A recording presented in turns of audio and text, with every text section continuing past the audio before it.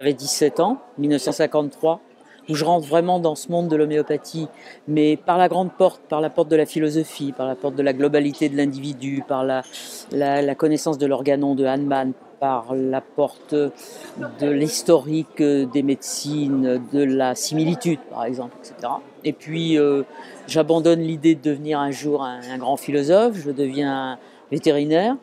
Euh, je suis déjà formé en homéopathie. Je ne sais pas, si vous voulez, où est le pancréas, où sont le pancréas et le foie, comment fonctionne le cœur, mais j'ai déjà une grande connaissance des remèdes, digitalis, belladonna, parce que je connais la matière médicale.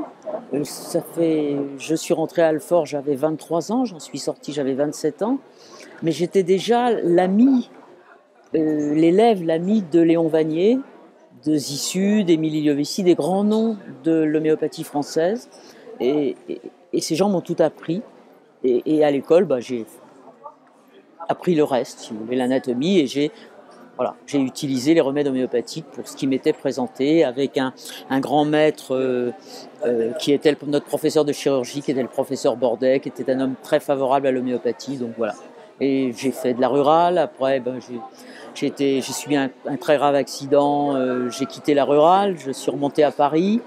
Je suis rentré non pas dans l'industrie pharmaceutique, mais dans l'industrie du sang d'abord, des réactifs de laboratoire et de tout le matériel de laboratoire. Je suis rentré dans les laboratoires Biotrol. J'avais fait en supplément une école, les arts et métiers, avec un diplôme d'ingénieur des plastiques alimentaires. Et j'avais fait l'IAE en même temps à Paris, à la fac de droit. Donc j'avais un gros bagage, j'étais une bête à concours, etc. Et évidemment, les laboratoires Biotrol m'ont pris jusqu'au jour où je crois que j'en ai eu assez de voyager à travers le monde, en tout cas l'Afrique française de l'époque, où on formait des gens au groupe sanguin, la connaissance des groupes sanguins pour faire en brousse des perfusions, des transfusions. J'en ai eu assez. J'ai tout quitté. J'ai eu une proposition un peu malingre d'un monsieur qui s'appelait Jean Tétaux, qui était le directeur à l'époque des laboratoires de l'ISOS, qui était un génie, un pharmacien de génie, et qui dirigeait les laboratoires de l'ISOS d'une main. Mais j'ai été conquise par cet homme. Donc j'ai quitté un salaire très important pour un tout petit salaire, mais avec une passion et je serais certainement resté dans l'industrie de l'homéopathie si Jean Tétaux n'était pas décédé.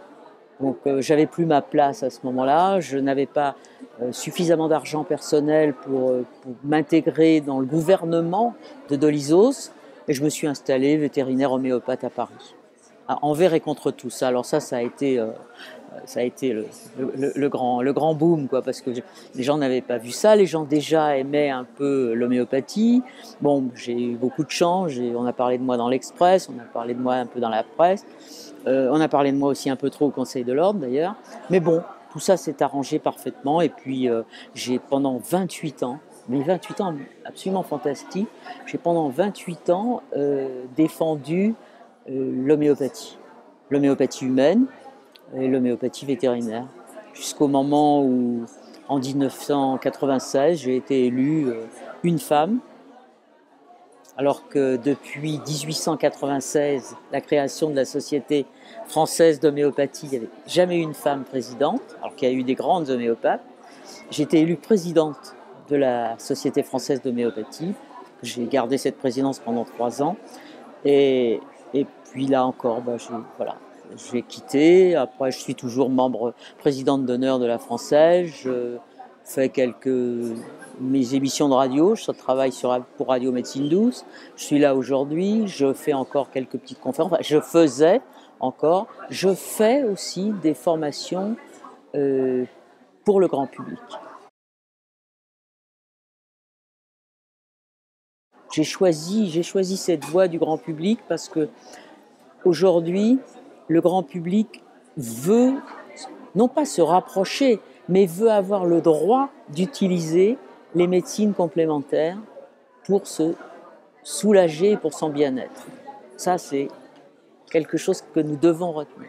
Nous devons retenir dans le cadre de DEVA, qui est à l'avance, parce que c'est quelque chose qu'on va utiliser. Rendez-vous compte que vous allez pouvoir mettre quelques gouttes d'un produit sur la langue et que vous allez sentir une sorte de bien-être. C'est-à-dire que la colère que vous aviez emmagasinée pour aller dans une réunion, qu'elle soit politique, industrielle, ou familiale, même si vous voulez, cette colère que vous avez en vous, que vous ne savez pas comment dominer, vous vous demandez si vous n'allez pas éclater, il suffira de mettre quelques gouttes de quelques fleurs pour subitement, vous êtes comme si vous étiez dans une salle voûtée en train d'écouter une cantate de Bach.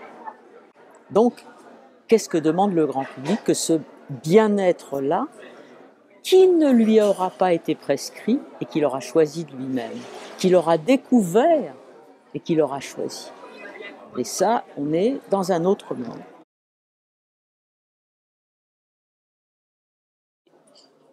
Et les fleurs de Bach, ça a été une découverte il y a quelques années, avec mes éleveurs de chevaux de Chantilly, enfin mes courses de chevaux, parce que c'était quand même des galopeurs et des grands galopeurs, et qui avaient leurs petites fleurs de Bach, parce que il y avait trop de bruit dans l'arène, si j'ose dire. Alors on leur mettait quelques gouttes de rescue sur la langue, et même quelquefois quand on leur mettait, je crois bien que quand on leur mettait simplement juste un peu d'eau, mais qu'ils avaient vu la petite fiole, ils savaient qu'on s'occupait d'eux.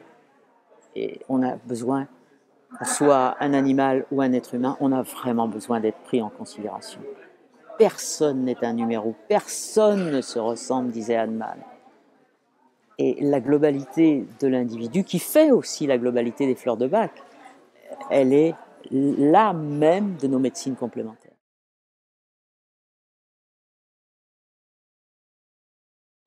Alors là, je pense que la médecine va continuer à évoluer. Je pense que la chirurgie va être quelque chose de formidable, de plus en plus, comment vous dire, de plus en plus compétente et de moins en moins humaine. On vous enlèvera un œil en, je sais pas, en 2 heures, et 4 heures après, vous serez chez vous, avec peut-être des tubes et des tuyaux, mais vous serez chez vous. Non pas parce qu'on aura pensé à votre bien-être, mais parce qu'il n'y a pas de personnel. Donc il faut mieux vous mettre chez vous, au moins quelqu'un s'occupera de vous. Actuellement, le monde agricole qui souffre, qui s'est laissé influencer par les banques ou toutes les compagnies agroalimentaires, par les riches, a compris que c'était pas ça. C'était pas ça. On peut pas enfermer 1000 vaches dans une étable, on peut pas priver une truie de ses bébés tout de suite à la naissance, on peut pas envoyer des cochons à l'abattoir à coups de pied dans les fesses, on peut pas, etc. Là, il y a une prise de conscience, simple prise de conscience. Peut-être parce que les gens ont retrouvé peut-être quelque part le goût de regarder les coquelicots dans les champs, et en se disant, mais dans ces champs, il n'y a pas de coquelicots. Pourquoi il n'y a pas de coquelicots dans ces champs? C'est facile à comprendre. Il n'y a pas de coquelicots parce qu'il y a des pesticides qui sont passés 2 fois par semaine. Les gens vont arriver à autre chose. Ils vont se faire eux-mêmes une sorte d'opinion. Et là, on est là. On est là avec, j'espère, les remèdes homéopathiques, avec la phytothérapie, avec la gémothérapie, avec les cristaux. On aura des paysans qui auront et des élixirs floraux dans les étables, et des huiles essentielles, et des gouttes de phytothérapie et des tubes de granules. Et quand ils verront une vache boiter, ils diront « Oh là là, mais elle boite, qu'est-ce qui s'est passé ?» Bon, elle a peut-être glissé, et ils sauront donner arnica, ruta, et si au bout de 48 heures, ils n'ont pas d'amélioration, en tout cas pas l'amélioration qu'ils devraient avoir, bon, ils appelleront un grand... Je vais vous faire peut-être rire ou sourire. Je vais vous montrer quelque chose. Je pense que c'est dans une de mes poches. Je suis une scientifique. N'oubliez pas que je suis une scientifique quand même. Je ne sais pas où il est, mais le voilà. Voilà. Vous voyez ça? C'est un marron. C'est le premier marron de l'automne. Je l'ai ramassé la semaine dernière dans un magnifique gîte du Cher. Petit paradis. 2 jours au paradis en train de faire une formation chevaux en homéopathie, et j'ai trouvé. Et je l'ai dans ma poche, pourquoi?